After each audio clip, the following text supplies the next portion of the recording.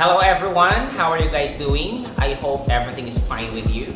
If you're new here on my channel, please don't forget to subscribe after watching and click that bell icon for you to be updated every time I post a video here. So today we'll be discussing about the subject and verb agreement, which is needed in taking the licensure exam, the civil service exam, the entrance exam for college students, or even in taking the English proficiency test. But before anything else, we have to review our basic knowledge on the singular and plural forms of regular nouns and verbs. So what are you waiting for? Come on, let's start. In all English sentences, the number of the subject controls the form of the verb. Always remember that a verb must agree with its subject in person and in number. A subject can be a noun or pronoun, which can be in first, second, or third person. First person is the speaker. Examples: I, we. Second person is the person spoken to. Example: you. Third person is the person, place, or thing spoken of. Examples: he, she, it, they, Rome, Manila, James, Angelica, the writer. You also have to consider the number of the subject. It can be singular or plural. Singular means one subject. Examples: she, Andrea, Marco, he. While plural means two or more subjects.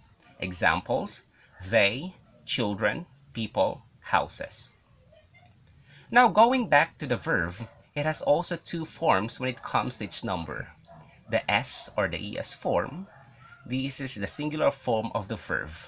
Examples: sings, walks, dances, watches. These are actually the common mistakes most of us commit. We think that verbs with S or ES endings are plural. Verbs and nouns are different. Nouns, usually regular, form their plural by adding the suffixes S or ES at the end. Examples: gross, churches, books, bags. And the other form of the verb is the base form. This is the plural form of the verb. It lacks the S or the ES suffixes. Examples: sing, walk, dance, watch.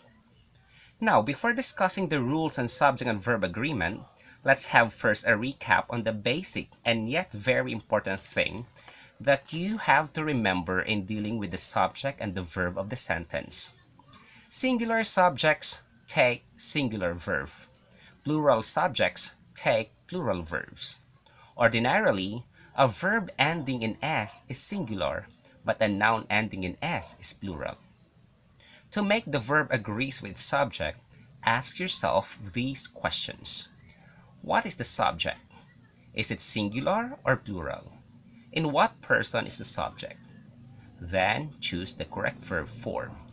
Always remember that singular verbs have the S or ES endings, and the plural verbs lack the S or ES suffixes.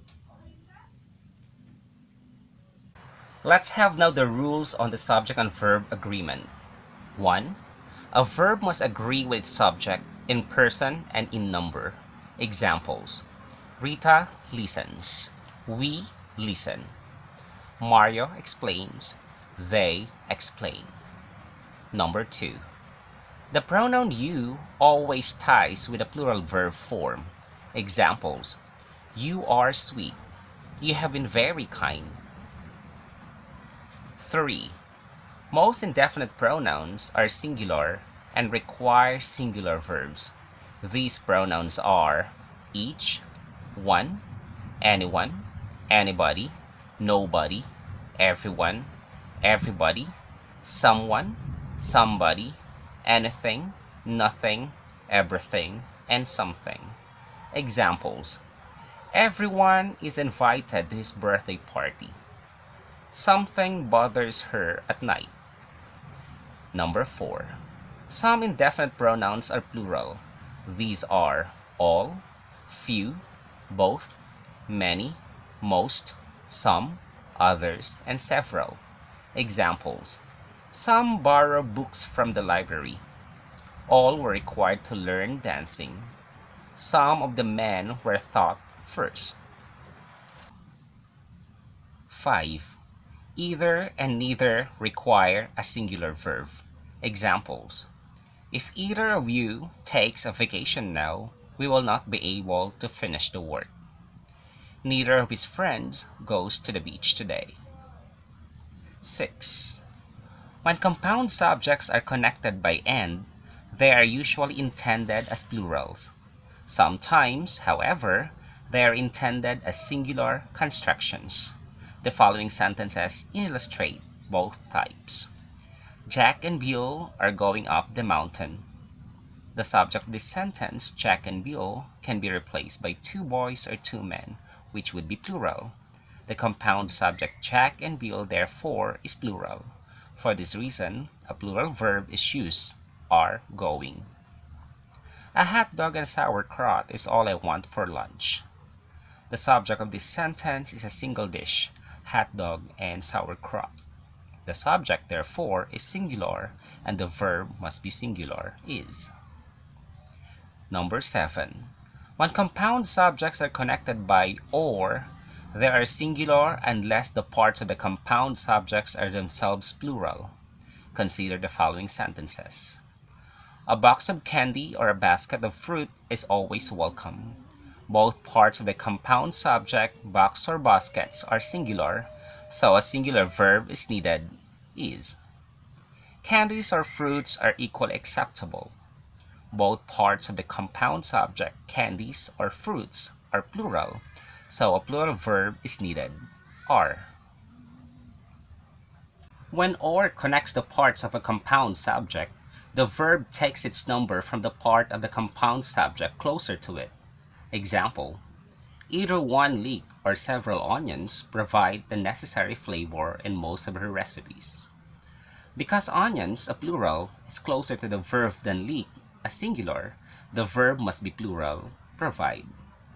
When the singular part of the compound subject is closer to the verb must be singular, as in the following sentence. Neither onions nor garlic is used in this dish. The singular garlic is closer to the verb, so the verb is singular, is used. 9. When the compound subjects are modified by each or every, they are always singular. This is true whether "and" or is used to connect the parts of the compound subject. Consider the following sentences. Each boy and girl is bringing a friend. Every boy and girl is bringing a friend. Each boy or girl is bringing a friend. Every boy or girl is bringing a friend. Number 10. When only one part of a compound subject is modified by each or every, the compound is a plural. Examples: each boy and his date are bringing presents.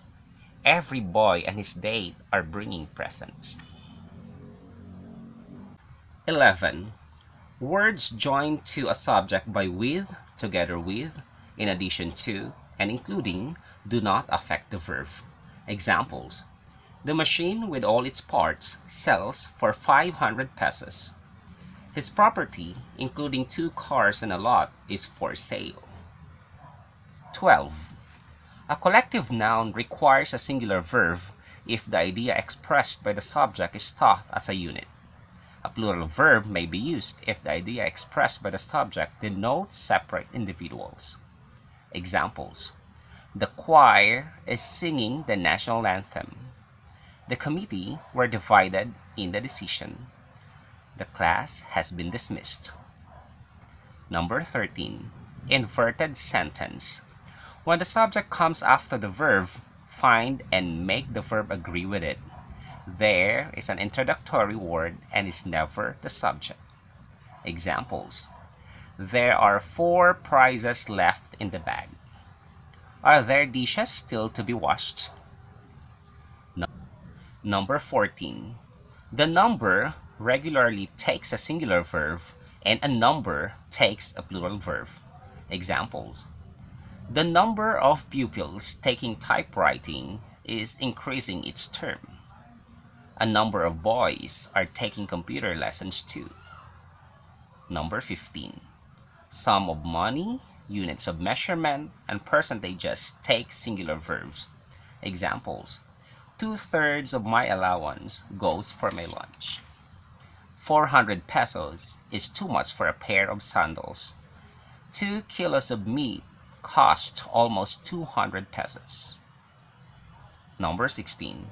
Two nouns generally thought of together take a singular verb. Examples: rice and fish is good for breakfast. Bread and butter goes well together. Ham and eggs was my breakfast. 17. The pronoun all takes a plural verb when it refers to concrete nouns. All takes a singular verb when it refers to abstract nouns. Examples: all of the soldiers respond to his orders. All hope was lost when we received the telephone message. 18. If one subject is used affirmatively and the other negatively, the verb agrees with the subject that is used affirmatively. Examples: she, not I, is responsible. You, not he, are at fault. 19. The verb ties with a relative pronoun used as subject. The relative pronoun ties with the number of the person of its antecedent. Examples: he is one of 10 students who are suspended.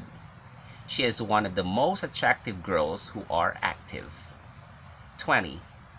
A compound subject joined by and ties with a plural verb, except when the subject referred to the same person or thing. You will know they are different persons if both the compound subjects have modifier. Examples: my English instructor and advisor is absent. This one is same person. My English instructor and my advisor are absent, referring to two persons. 21. Irregular nouns form their plural by changing or retaining their spelling. Examples: the child knows where Gabriela was hiding. The children know that the game is about to start. There are special subject-verb agreement rules for irregular nouns. Some nouns have the same singular and plural form. Subject-verb agreement rules apply depending on how the noun is used as a subject. Examples: the soldier's deer was kept safe during the battle. The noun deer refers to a singular noun. The deer in the field were kept safe during the battle. The noun deer refers to a plural noun. 22. Agreement with special nouns. Nouns ending in s but singular in meaning use singular verb forms. Examples of these special nouns are economics, ethics, news, phonetics, statistics, athletics, and mathematics. Now, in sentence: physics is interesting, or politics teaches people about leadership. Nouns which are always plural take plural verbs. Examples of these special nouns are glasses, slacks, shoes, proceeds, scissors, refreshments, ashes, goods, socks, pants. Always remember that nouns usually with two parts, they usually take plural verb. Example: the scissors are dull. Abstract nouns are usually singular and require singular verb forms. Examples: charity begins at home. Happiness consists of reaching out to others. There you have it. Thank you so much for watching. Until next time. And I would like to remind everyone to please wear your mask every time you go out. Wash your hands. Have a healthy diet and take a rest. Bye-bye for now and be safe, everyone.